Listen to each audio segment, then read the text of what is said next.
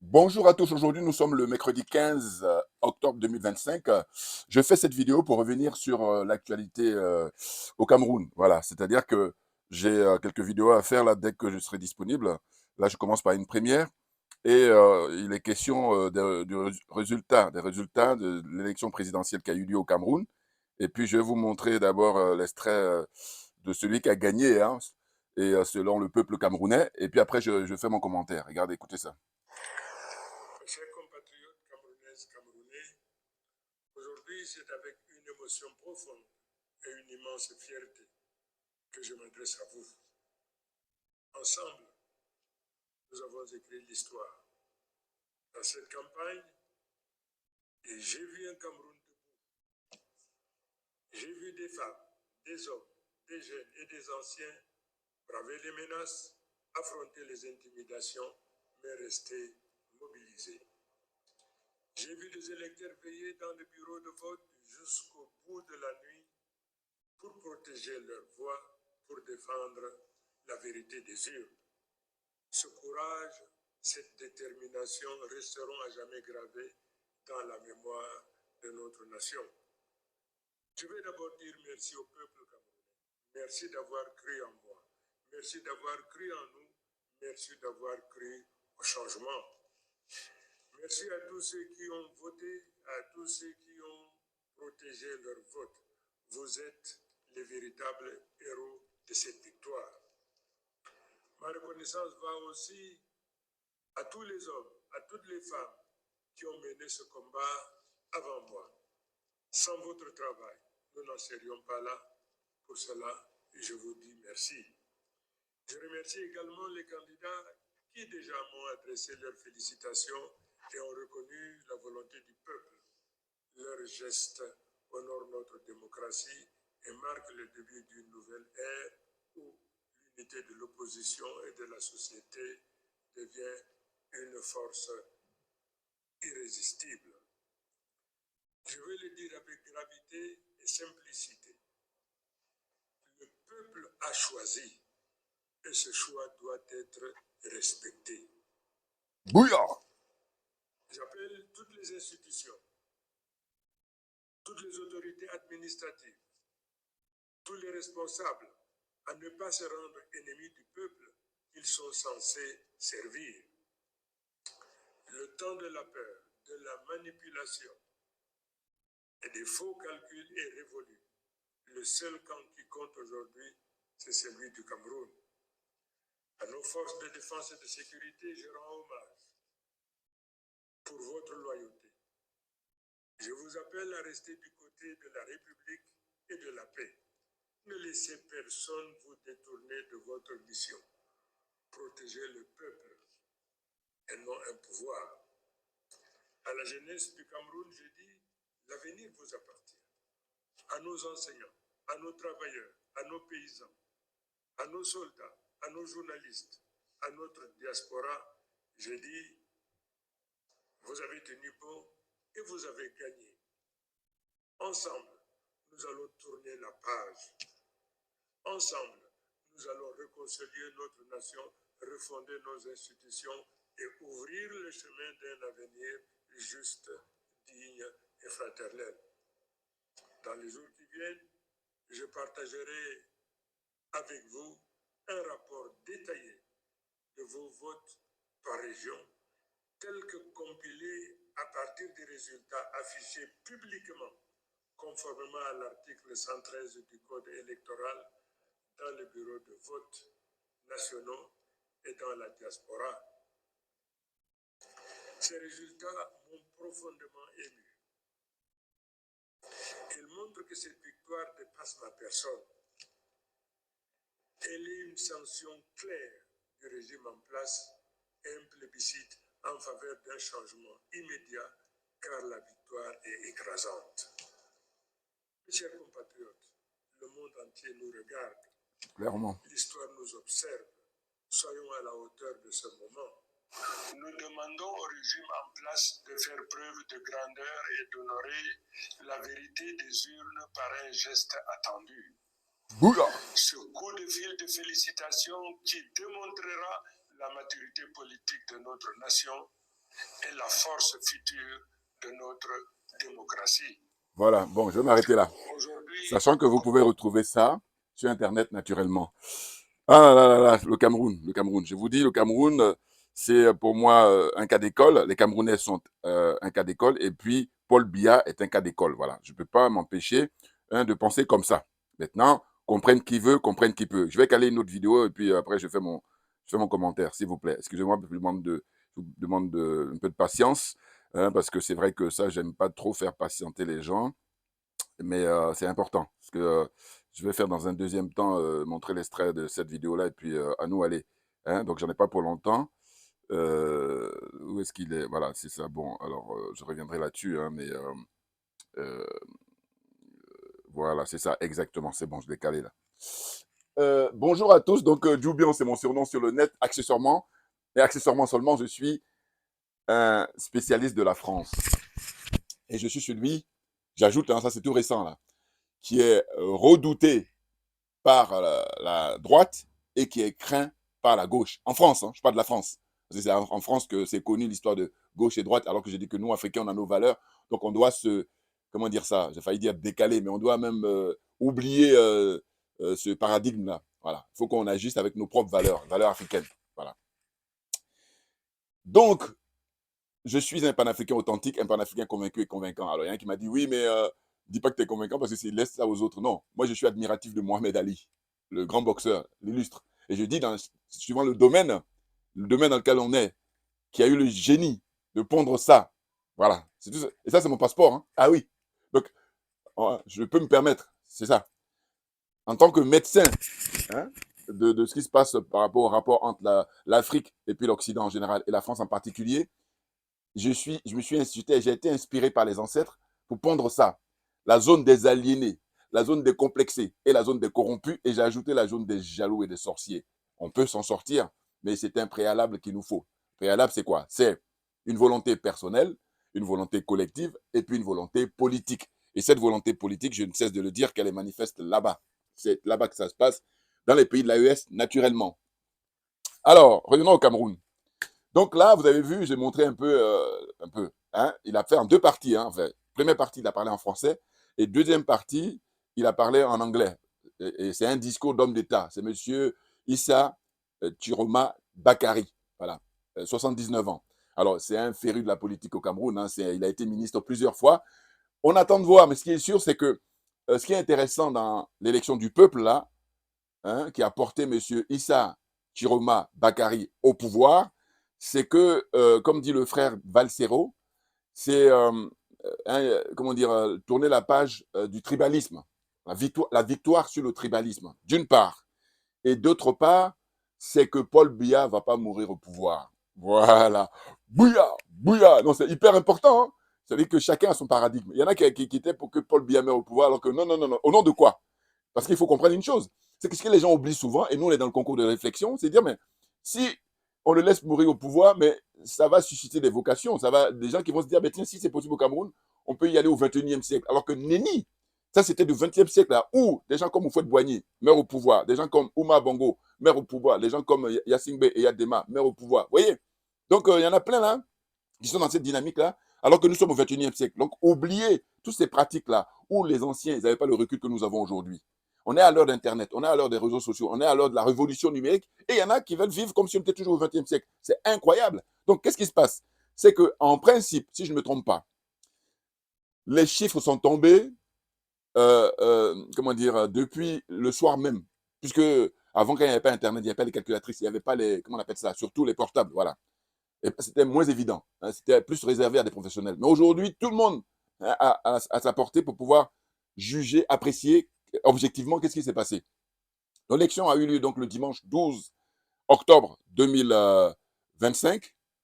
Et au soir même, les tendances, c'était entre 60, 70, voire 80% pour Issa Chiroma Bakari, suivant les bureaux de vote naturellement. Donc on va dire grosso modo, il a au moins 70% de voix face à Paul Biya et puis les, comment dire, 10 autres candidats, puisqu'il y en avait 12. Hein. Ah non, mais c'est incroyable. Et du coup, moi, je suis régulièrement le frère Vatsero, je l'aime bien, mais simplement, où lui et moi, on n'est pas d'accord, c'est que lui, Il n'aime pas les militaires. Or, moi, j'adore les militaires. Attention, pas n'importe quoi, pas n'importe qui comme militaire. J'adore les militaires patriotes. J'adore les militaires qui sont là pour représenter le peuple, qui ne viennent pas pour s'enrichir. Voilà.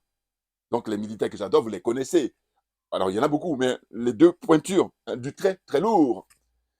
Jerry Rawlins, John Jerry Rawlins au Ghana, et puis Thomas Isidore Noël Sankara. Bouya! Ça, c'était au XXe siècle. Maintenant, au XXIe siècle, les militaires que j'adore, c'est les généraux au Mali, conduits par le général 5 étoiles Assimi Goïta, et puis le capitaine Ibrahim Traoré au Burkina Faso. Pour moi, c'est le président de tous les présidents du monde. Voilà. C'est-à-dire que dans le domaine d'être président d'un pays, c'est lui qui est le numéro un. Maintenant, j'ai dit dans les commentaires, envoyez-moi pour dire qui peut concurrencer Ibrahim Traoré. Et puis en troisième position, les militaires que j'adore, que j'admire, c'est le général 5 étoiles Tchiani, général d'armée, président, son excellence président du Niger, voilà, général Tchiani. Voilà, c'est ça. Donc, ce que je voudrais, ça soit que ce soit pareil dans toutes ces sphères-là. Voilà. Toute cette zone de franc CFA là. Parce qu'il n'y a que eux qui sont efficaces pour en finir. La maison est sale. Et quand elle est sale, quand votre chemise est sale, quand votre pantalon est sale, vous le lavez. Votre maison, quand elle est sale, vous le nettoyez. Donc, c'est pareil. Voilà. J'essaie de vous donner un thème d'image. Les pays sont sales à tous les niveaux. Donc, il n'y a que les militaires patriotes pour faire le ménage. Ils ont commencé à le faire dans les pays de l'AES. Donc, voilà. Donc, je vous dis, ce qui me distingue du frère Valsero, c'est ça.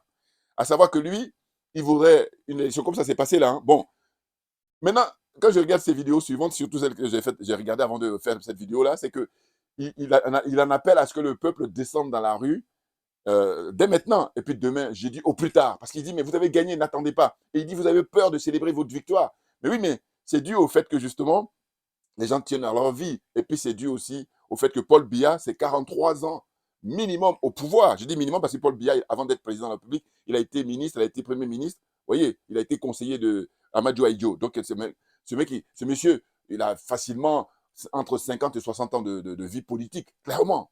Hein? 50 ans minimum, c'est pas 60 ans. Voilà, de vie politique. Vous vous rendez compte? Et puis, à la limite, c'est pas tellement ça le problème, puisque le colonel Kadhafi est resté plus de 40 ans. Mais regardez la Libye. Ils ont éliminé le colonel Kadhafi parce que les Occidentaux lui disent, bon, tant que tu t'occupes de ton peuple, c'est une chose. Mais quand tu veux t'occuper de toute l'Afrique, ah non, non, non. Donc c'est pour ça qu'ils l'ont dégommé, le pauvre. Voilà. Bouya, bouya, bouya. Bon. Donc pour revenir au Cameroun, c'est de dire que le frère Valsero, il redoute les militaires, il ne veut pas les militaires. Sauf que si c'était les militaires patriotes qui avaient pris le pouvoir, le peuple serait descendu immédiatement. C'est comme ça que ça se passe. Or, le peuple, là, il est hésitant parce que Paul Biya, c'est lui qui dispose actuellement là, des armes. Enfin, en tout cas, qui dispose de l'armée, la police, la gendarmerie. C'est ça, la difficulté pour le peuple. Donc, il est hésitant. Et puis, ça a duré cette anesthésie. Hein. Le peuple camerounais, comme je dis, il mérite. C'est une étude des cas. C'est-à-dire que c'est. Hein, faut l'étudier. C'est qu'ils ont été dans le coma. Ils sont toujours, d'ailleurs. Et puis là, le vote du dimanche 12 octobre 2025, ils sont en train de sortir de ce coma-là. Et c'est difficile. Tu vois. Donc, moi, j'ai dit que pour expliquer aux frères Valsero, passez-lui mes vidéos. Je ne sais pas s'il regarde mes vidéos, mais en tout cas, diffusez-lui mes vidéos. Faites des pouces, tout ça pour. Hein, c'est le minimum que je puisse vous demander. Hein, c'est donnant-donnant. Moi, je donne mon point de vue, je donne mes analyses, et puis vous, en retour, faites des pouces et partagez au maximum mes vidéos. Donc, j'explique que moi, je ne suis pas surpris. Le peuple est dans une situation, en fait, de coma hein, profond et il est en train de se réveiller. Hein, donc, c'est pas évident. Hein. Alors, qu'est-ce qu'il faut? Un électrochoc. Alors que si c'était les militaires, les militaires, c'est l'électrochoc. Militaires patriotes, hein, j'insiste là-dessus, parce qu'ils ne savaient pas de prendre les militaires du Gabon, prendre les militaires du Tchad, les militaires du Guinée. Ça n'a rien à voir. Hein. Eux, ce sont des bling-bling, eux, ce sont des jouisseurs précaires. Bouya, bouya, on est trop bon dans les trouvailles. Bon, on avance. Donc, ce que je voulais dire, c'est quoi? C'est que, en fait, ce n'est pas la première fois que Paul Biya perd les élections. Je dirais même que c'est le cas dans tout le système de la France-Afrique. Le système de la France-Afrique, dites-moi, qui a gagné les élections régulièrement? Deux exceptions. Les élections se sont bien passées avant que Patrice Talon n'arrive au Bénin. Très bien. Les élections sont très bien passées au Sénégal. Voilà. Vous voyez? C'est-à-dire l'alternance où il n'y a pas eu de tension. Enfin, quand je dis tension, c'est que le jour de l'élection, ça s'est passé paisiblement. Et puis le soir même, on a les tendances, clairement. Hein. Et là, au Cameroun, c'est autre chose. Le Cameroun, il est à part, tout comme la France à part. Quand vous prenez les pays d'Europe, là, la France est à part, il faut l'étudier à part. Donc en Afrique, le Cameroun, il faut l'étudier à part, clairement. Et moi, c'est compte tenu de tout ça. À savoir que, en fait, M. Issa Chiroma Bakary, je dois vous dire que je ne le connaissais pas du tout. Voilà. Hein? Mais là, c'est à l'occasion de là, le truc que j'ai fait sa connaissance. Et hier, je suis allé regarder un petit peu quel est son parcours. En tout cas, j'ai écouté une interview de lui. Il a donné à une jeune femme, là, une jeune Camerounaise, une jeune journaliste qui est très bien. Bon. Et donc, en gros, j'ai appris à le connaître, à savoir quel est son parcours. Et j'aime beaucoup les parcours des uns et des autres. En fait, ce monsieur, c'est un vieux de la vieille. En fait, bon, il a l'air d'être un homme beaucoup plus honnête que Paul Biya. De toute façon, toujours dit, j'ai dit que Paul Biya, je ne sais pas qui peut faire pire que Paul Biya au Cameroun. Voilà. Ce qu'il a fait subir au peuple africain en général, et le peuple camerounais en particulier, pendant plus de 40, 50, 60 ans, je dis, je ne connais pas quelqu'un d'autre qui peut faire pire que Paul Biya. Donc, ce monsieur, vous voyez là, quand il s'est prononcé là, c'était il y a quoi, il y a 2 jours, parce qu'aujourd'hui on est mercredi, hein, je crois que c'est lundi 13 qu'il a dû faire ce discours-là, où il a dit qu'il a gagné. Maintenant, il en appelle au fair play des autres candidats, notamment du président Paul Biya, voilà, qui reconnaît sa victoire. Oh là, qu'est-ce qu'on apprend? Ben, on apprend que il faut attendre le 26, le 26, je vais me faire rigoler. Pourquoi? Parce que, je veux dire, c'est terrible, hein? C'est terrible. C'est-à-dire que, évidemment, c'est des habitudes qu'ils ont de triche, de magouille. Et donc, c'est difficile, c'est des réflexes qu'ils ont. Magouiller. Eh bien, vous imaginez, l'élection a eu lieu le 12, le dimanche 12 octobre. Et il faut attendre le 26, c'est 14 jours après pour qu'ils proclament le résultat officiel par le Conseil constitutionnel et puis par l'organe qui est chargé des élections. Là. Oh mon Dieu. Vous vous rendez compte? Et j'ai dit dans mes vidéos précédentes, j'ai dit, mais le problème, c'est même pas la sortie des résultats. Le problème, c'est quels jours vont être proclamés les résultats. Je le disais, regardez mes vidéos passées. Voilà. Or, les 14 jours-là sont mis en place pour pouvoir maintenant tripatouiller les procès-verbaux, hein, corrompre hein, tout ce beau monde-là. Notamment, j'ai appris que Cabral Libye, ce garçon, je l'aimais bien il y a quoi? Il y a 10 ans. Alors, quand je l'ai découvert, parce qu'il parle bien et tout, donc j'ai dit pour un homme politique, c'est le minimum. Voilà, donc il parle bien. Mais sauf qu'avec le temps, j'ai vu que c'est un corrompu. C'est dommage, hein? Que vous voulez? Oh, moi, aucune négociation, aucune indulgence. Je dis que va faire corruption ailleurs, mais pas dans la politique, pas là où on est censé servir l'intérêt général. Bouillard, c'est ça. Où je dis qu'il n'y a pas de négociation. Mais oui, et je dis qu'en plus, ce qui est bien dans la vie, c'est qu'il y a tellement de choses à faire. Donc, va faire autre chose. Pourquoi vous voulez rester là? Évidemment, je ne suis pas dupe. On reste là parce que, un, le pouvoir, c'est quoi? C'est le pouvoir économique, hein, avoir de l'argent, avoir le bien matériel, les cupides, que j'appelle les jouisseurs précaires. Et puis, comment les femmes, les voitures, le matériel, quoi. Voilà, ils sont trop légers. Ils sont trop légers. Donc, je dis, bon, si tu es bling-bling, va faire autre chose. Homme d'affaires, tout, mais viens pas être ministre, viens pas être député, viens pas être maire, viens pas être encore moins président de la République. Voilà. On est d'accord? Mandat public. Où là, c'est l'argent du citoyen qui transpire, qui meurt même des fois au boulot pour te payer. Et puis là, c'est pourquoi faire? Pour que toi, tu prennes ça pour mettre dans tes fantasmes. Bouillard, bouillard. Non, on est là très en forme. Ah oui, oui, oui. Donc là, les 14 jours là, Valsero dit, mais qu'est-ce que vous attendez pour célébrer votre victoire? Et puis, la razzia, c'est la diaspora. C'est-à-dire qu'en fait, là, on a assisté à un référendum, voilà, un plébiscite. Là, le peuple vomit Paul Biya et puis les sardinards, RDPC, tout ça. Le peuple vomit. Et il paraît même que dans sa région, à Paul Biya, mais monsieur Issa Chiroma Bakari a gagné là-bas, plein, plein.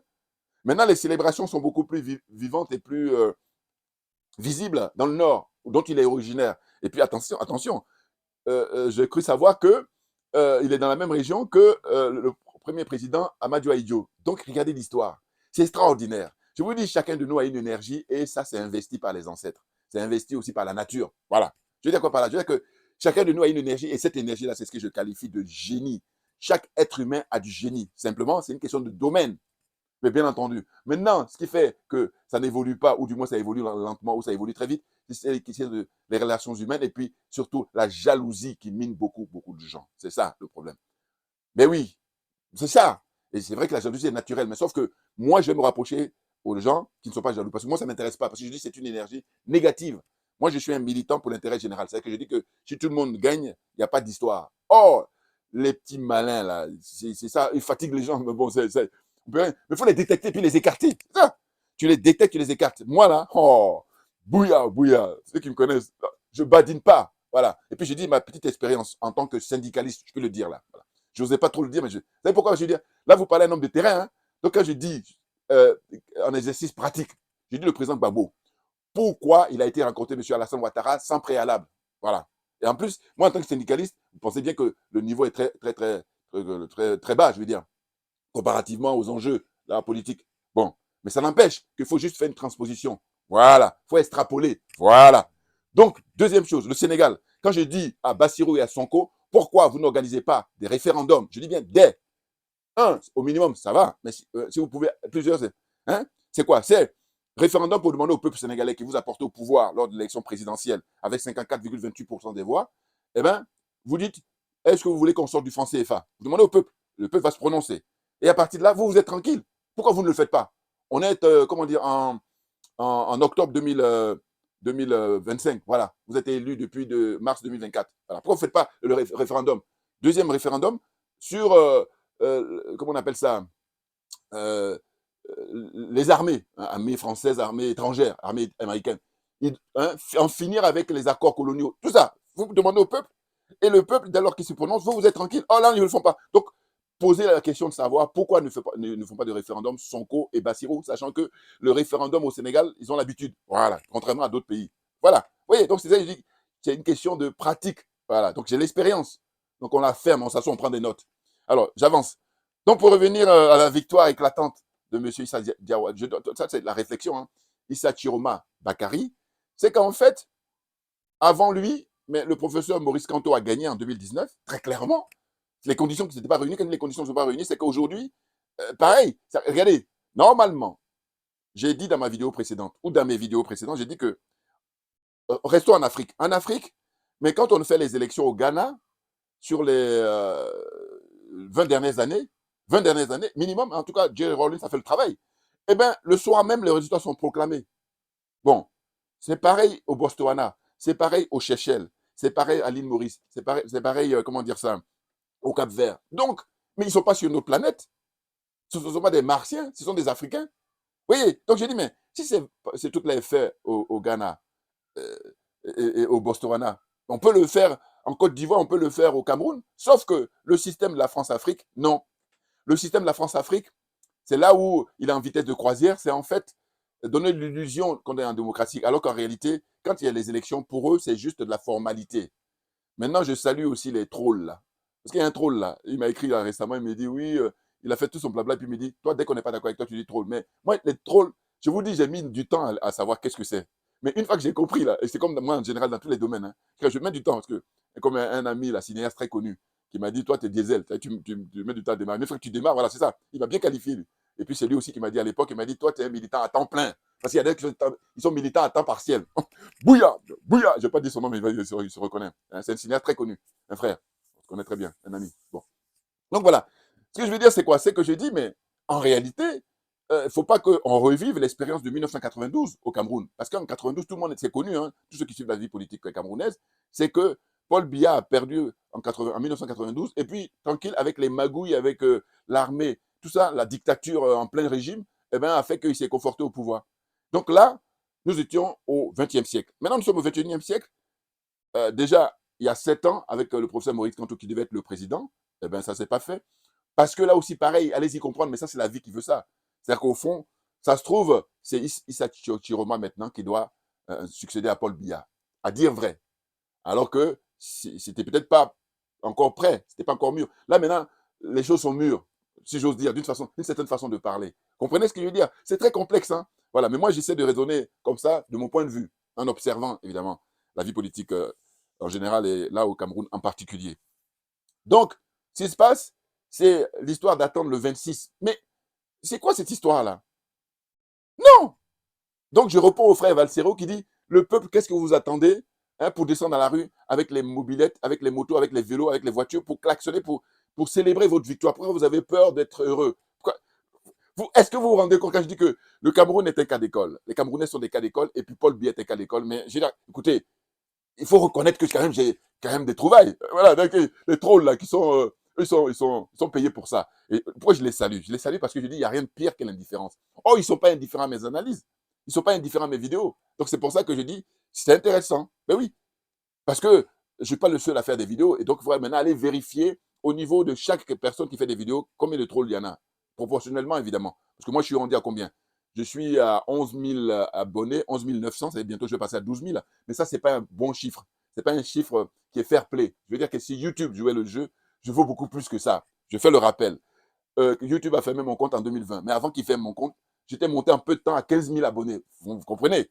En peu de temps, je suis monté à 15 000 quand j'ai démarré en 2017. Oui, en 2017, c'est là que j'ai commencé à faire des vidéos. Vous voyez? Donc, c'est pour dire que le jeu est faussé pas seulement pour moi, mais je veux dire que particulièrement pour nous autres qui visons dans le mille. Bouillard, bouillard, bouillard. Ceux qui vont avoir mal à la tête, mal au ventre, c'est pas nos problèmes. On n'a pas le temps. J'ai pas le temps. Voilà. J'ai dit simplement, je reprends la formule du frère Gadji Seli, grand chanteur et ancien footballeur de renommée. Il dit les jaloux vont maigrir. Voilà, c'est tout. Ça, c'est amusant, c'est rigolo. Voilà. Donc, allez, allez-y là-bas, c'est votre problème. Moi, je ne peux rien pour vous, voilà, je veux dire. Moi, c'est concours de vérité, puisque je rappelle toujours, ma religion, c'est la vérité et la justice. Et comme je suis dans l'esprit de la maths, on parle de solidarité, clairement. Voyez-vous? Donc là, très franchement, il y a un changement là qui s'opère au Cameroun. Et ils n'en reviennent pas, les Camerounais. Mais bien entendu, alors, c'est vrai que c'est plus facile quand on est dans la diaspora, c'est-à-dire aux États-Unis. D'ailleurs, il faut que j'aille regarder un peu les analyses ou la réaction du frère Patrice Nouma, qui vit aux États-Unis. Hein. On se connaît, voilà, avant qu'il aille aux États-Unis, il était ici à Paris. Bon. Donc, je vais voir. Ça fait longtemps que je n'ai pas regardé ses vidéos. Donc, je vois, lui, quelle est son approche. Et puis, de dire que ben, tout s'explique. Hein. Donc, je répète toujours, je me répète au frère Valsero, j'ai dit, il est en train, le pauvre, de se dire, mais comment ça se fait que vous ne célébrez pas, vous attendez? Il ne faut pas attendre le 26, le 26 octobre. C'est eux, ils sont en train actuellement là de corrompre ce qu'ils peuvent corrompre et puis surtout de falsifier tout, les procès-verbaux, hein, tout ce qui a concouru pour montrer. Alors que le peuple, d'ailleurs, que dis-je hein, ça dépasse même le camp de M. Issa Chiroma Bakari. C'est le peuple qui a vraiment vérifié, qui a été attentif, qui est témoin, bureau de vote par bureau de vote, hein, et de dire cette fois-ci, ça ne passera pas. Paul Biya ne va pas mourir au pouvoir. Voilà. Bouya, bouya. Et puis, c'est aussi une victoire énorme contre le tribalisme. Parce que j'ai regardé le frère Vassero, là, qui a parlé de quelqu'un qu'il connaît, un des Sardina, là, il connaît, c'est un ami à lui, il dit il n'est plus son ami. Pourquoi? Parce que, en fait, ce monsieur-là, il a fait une vidéo, c'était récemment, là, j'ai écouté Valsero qui explique ça, il dit qu'il ne faut pas que les gens qui sont à l'étranger, les gens de la diaspora, poussent des enfants des autres pour venir se faire tuer, et puis comme ça va leur permettre à eux de revenir au pays. Mais quand j'écoute ça, je dis, mais ça veut dire quoi? Ça veut dire qu'en fait, il y a des gens, des sardinas, soutien de Paul Biya, mais qui sont contents. D'ailleurs, il y a un bouquin, hein, j'ai lu ça il y a quelques années, hein, sur le fait que les sardinas, Paul Biya et puis tout son entourage là, le régime de Paul Biya, toute sa clique là, mais ils ne supportent pas les gens de la diaspora. Mais vous vous rendez compte? Mais le pays appartient à tout le monde. Donc, quand moi j'ai écouté que l'autre il disait, et puis Valsero, comme ils se connaissent, il a dit voilà, il le dit, il a fait une vidéo spéciale pour lui dire mais écoute, vous allez dégager parce qu'en fait, tu me vises. Voilà, il n'a pas donné de nom, mais il dit mais comme ils se connaissent, donc évidemment, il a pas dit le nom, mais donc il a reconnu tout de suite. Il s'est reconnu, c'est pour ça qu'il a fait une vidéo spéciale pour répondre à ça. Mais moi, de manière générale, j'ai dit mais ça veut dire quoi? Ça veut dire qu'en fait, le pays vous appartient à vous. Mais non, mais et puis vous en faites quoi? Parce qu'à la limite, j'allais dire, bon, admettons, mais vous faites quoi? Oh là, c'est la cata à tout point de vue. Sur le plan économique, sur le plan, comment dire ça, politique, sur le plan culturel. En fait, Paul Biya a mis le Cameroun à terre. Maintenant, la victoire de M. Issa Chiroma Bakari à travers la mobilisation du peuple, c'est de relever le Cameroun pour qu'il puisse retrouver le rang qu'il mérite. Parce que le Cameroun, comme j'ai souvent dit aux jeunes Camerounais, ou aux Camerounais en général, mais les jeunes surtout, j'ai dit arrêtez de dire continent là tant que Paul Biya est au pouvoir. Fermez-la, asseyez-vous, prenez des notes. Voilà. Vous avez là en face, dans le domaine dans lequel on est, quelqu'un qui, s'il y a un concours, il y en a plein qui ne pourront même pas passer le premier tour. C'est-à-dire intégrité morale. Intégrité morale. Il faut bien le comprendre, ça. C'est hyper important. Vous comprenez? Eh oui. Ah non, mais là, l'actualité est très, très riche. Et puis, on a un tournant historique. Le Cameroun, qui est le pôle central, c'est-à-dire en Afrique centrale, ben oui, vous savez, en Afrique de l'Ouest, dans cette zone-là, c'est la Côte d'Ivoire. Mais au niveau central, c'est le Cameroun. Sauf que la différence, c'est que la Côte d'Ivoire, au point de vue économique, comment dire ça, elle mérite son rang, alors qu'au Cameroun, enfin, le Cameroun ne mérite pas son rang. Je veux dire par là qu'il ne remplit pas sa mission de leader. Or, là, maintenant, avec le départ, la fin de règne de Paul Biya, le Cameroun va retrouver, voire même beaucoup plus large que ça, bien entendu. Parce que moi, je n'ai jamais été au Cameroun, mais si vous voulez, j'ai dit à travers les lectures, à travers les interviews, à travers les documentaires, et puis les personnalités. C'est pour ça que je dis toujours que c'est un pays qui mérite d'être étudié, parce que vous imaginez le Cameroun, le nombre de personnalités dans tous les domaines, sur le plan sportif, hein, un big up à Samuel Eto'o, même s'il est sardinat, enfin bon, il fait ce qu'il peut, parce que moi j'aime beaucoup dans le compte, c'est un homme libre, parce que regardez, malgré qu'il soit sardinat, eh bien, il va voir Ibrahim Traoré. Voilà, c'est un homme libre, c'est ça. Ok, il y en a d'autres là, ils sont là, ils ont peur et tout ça, et la vie sur Terre. Mais on est plus à ça, est-ce que tu le veuilles ou non, tu vas partir. Donc à un moment donné, il faut vivre. Voilà. Surtout quand vous avez les moyens. Hein, c'est ça que quand je les observe, je dis non, mais nous autres là, donnez-nous un peu les moyens. Je dis même pas beaucoup, je dis un peu, juste un peu. Oh, ils sont jaloux. Et sinon, pensez bien. Là, juste hein, avec le petit SMIC qu'on touche là, est-ce qu'on balance? Donc vous imaginez qu'on donne un budget diffusé partout. Le, le corrupteur et puis le corrompu, tout le monde est perturbé. Ah oui, mais c'est quoi? C'est pour la remise en cause de la situation qu'on vit. À savoir que comment vous pouvez expliquer que la France est la même mise sur autant de personnes, autant de peuples, hein, autant de pays. C'est quoi l'histoire? Hein? Ça a été écrit au XXe siècle, hein, mise en place en 1945 du franc CFA. Et puis là, au XXIe, on veut que ça perdure. Non mais, vous rigolez ou quoi? Donc c'est terminé. Donc, le capitaine Ibrahim Traoré a parlé de l'albinos noir. On ne va jamais le perdre de vue, ça. Hein. C'est hyper important. On attend, on patiente. Oui, oui, oui. On se frotte même les mains pour vous dire. Parce que je vous dis, si c'était quelque chose qui n'était pas à notre faveur, il n'allait pas le dire comme ça. La manière dont il a tourné, c'est que c'est à notre faveur. Bouillard, bouillard, bouillard. Voilà, on avance. Donc voilà, je ne vais pas être très très long. Mais ce qui est sûr, c'est que, voilà, c'est ça. Avant de terminer, parce que je disais qu'il faut que je vous montre, si j'avais oublié, le deuxième extrait. Et puis je termine mes commentaires là pour cette vidéo sur le Cameroun. Voilà. J'espère que je vais y arriver parce que des fois il y a des publicités là, donc c'est un peu fatigant. Hein. J'espère qu'on va voilà, c'est bien ce que je disais. Bon, donc je passe la publicité puis parce que je tiens absolument à montrer ça. Voilà, Les autorités c'est ça. administratives ont présenté au MINA des indices concordants Voilà, c'est lui qui dirige le Cameroun là, faisant ce monsieur là. état Je crois qu'il est porte-parole du gouvernement des ou tentatives en par tout cas c'est un homme certains important au candidats Cameroun. de publier les résultats du scrutin présidentiel en utilisant des plateformes et des applications illégales qui ne sont pas prévues par les textes en vigueur. Je vais le dire avec Voilà. gravité, En gros, simplicité. si vous voulez, qu'est-ce qu'il reproche ce monsieur-là, qui est très connu, hein. Je ne connais pas trop les noms, mais en tout cas, il est connu au Cameroun et c'est lui qui dirige le Cameroun, en fait. Voilà. Et j'ai toujours dit, je dis qu'en fait, Paul Biya, compte tenu de son âge, il ne contrôle plus rien depuis maintenant, minimum 20, si ce n'est pas même pas 30 ans. Voilà. 20, 30 ans. Je n'exagère rien du tout. C'est juste beaucoup de gens qui le connaissent, les Sardina, là, les gens qui sont dans son, comment dire ça, dans son, j'ai failli dire dans son manoir, mais entre guillemets, en tout cas autour de lui, voilà, ses collaborateurs, là. Eh bien, ils sont cachés parce que tant que lui il est là, ils peuvent continuer à manger, ils peuvent continuer à faire, ils peuvent être, à vivre dans la jouissance précaire. Bon, eh bien, en Tangana, je ne sais pas comment il s'appelle, je ne sais plus, mais en tous les cas, je ne veux pas des fois parce que ces gens ne m'intéressent pas. Hein. Parce que je dis, vous vous rendez compte, cette façon de faire là, cette manière de mener la politique, ça se joue sur la vie des êtres humains et de beaucoup, beaucoup de Camerounais, pour ne pas dire le peuple camerounais dans son entièreté. Alors, il y en a qui arrivent à sortir du lot, mais ils sont combien? Voilà. Allez, si je suis là, je dis 1%. Donc 99% des Camerounais, ils payent le prix hein, de Paul Biya et sa clique, leur forfaiture. C'est ça dont il s'agit. Donc lui, en gros, quand il intervient, il est en train de dénoncer le fait que monsieur, le nouveau président du Cameroun, à savoir Issa Chiroma Bakari, ait fait la déclaration officielle pour dire que c'est lui qui a gagné. Il lui reproche ça. Voilà, c'est ça. Vous vous rendez compte?